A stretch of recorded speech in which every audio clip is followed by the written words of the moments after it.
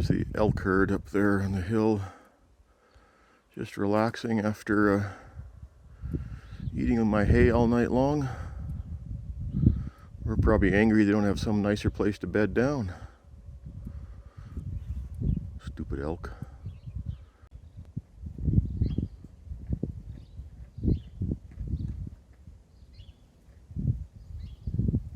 Well, I'm building my fence around my second cut that's left. Can't take it anymore.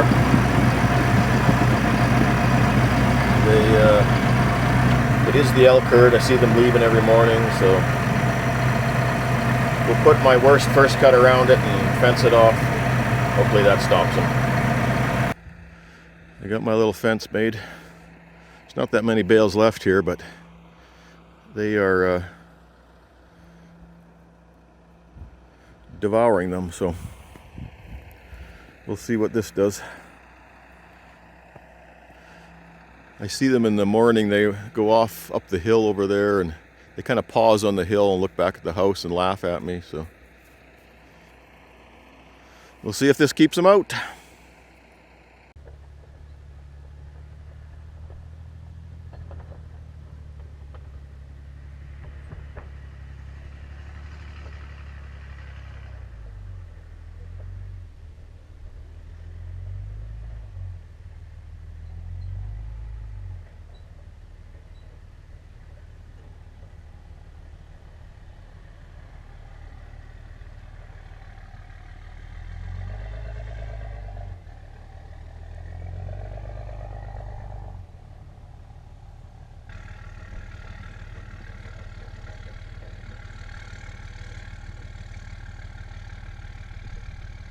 As you can see, I have purchased a calf shelter / windbreak.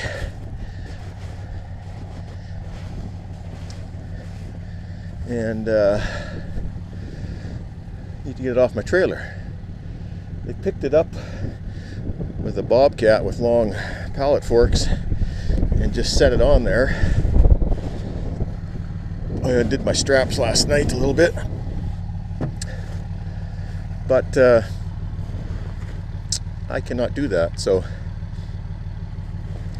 I should have stakes in these rails, but with this lip here, and hopefully I can pull it straight and we'll get this thing off of here. I bought 2 of them, so hopefully this goes well. We'll see. Cows are also questioning my rigging ability. I don't have enough chain. There she goes.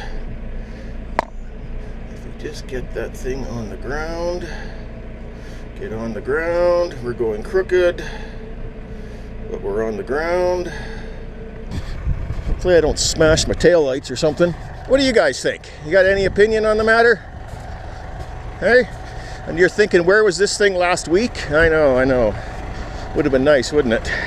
Sorry. I went too far this way. Well, okay. Could have been worse. I guess as long as it's hooked up, we'll take it where I want to put it. I'm going to set it just by the permanent windbreak for the cows for the rest of winter, which might be over, and then we'll move it over to the calving grounds for calving. If you're thinking it looks a little warmer than minus 40, you're right. It's 0 today.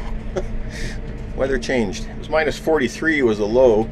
That's without wind chill last week, and today we're at 0. Today's Friday. Sunday is supposed to be plus 9 or something.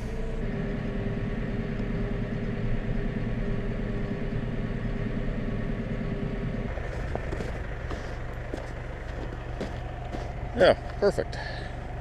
Doesn't really matter the angle.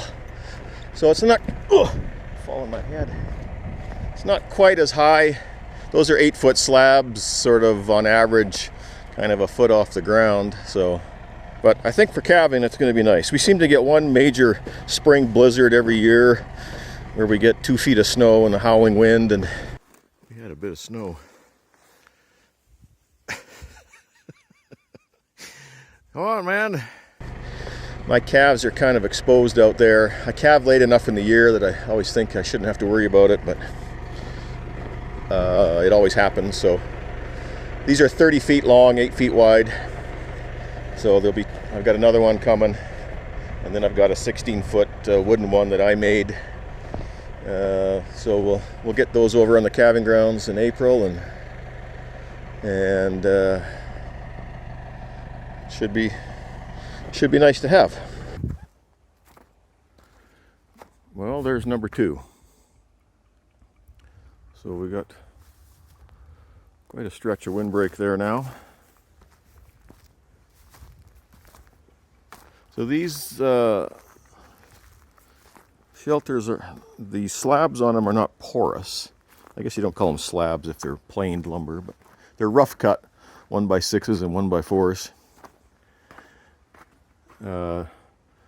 But you're supposed to have spaces, porosity, I believe they call it, because if you don't, like this fence does, because if you just have a solid wall, the wind comes over it and then comes straight down on the other side, is the reason to have the gaps there. Now these don't have it, but they're not straight up and down, they're at an angle. So I don't know if that means the wind will just shoot over and keep going, or if the wind is going to try and curl around the upper lip there and come down, straight down. So we'll have to do a bit of a test when it's wind is blowing and come out and walk in front of them and see what what it does. If you put a space between those boards, maybe that works better for a windbreak, but then doesn't work as good as a calf shelter. I'm trying to get a 2-for-1 here and have a windbreak / calf shelter, so cows are coming to check it out. So we'll see.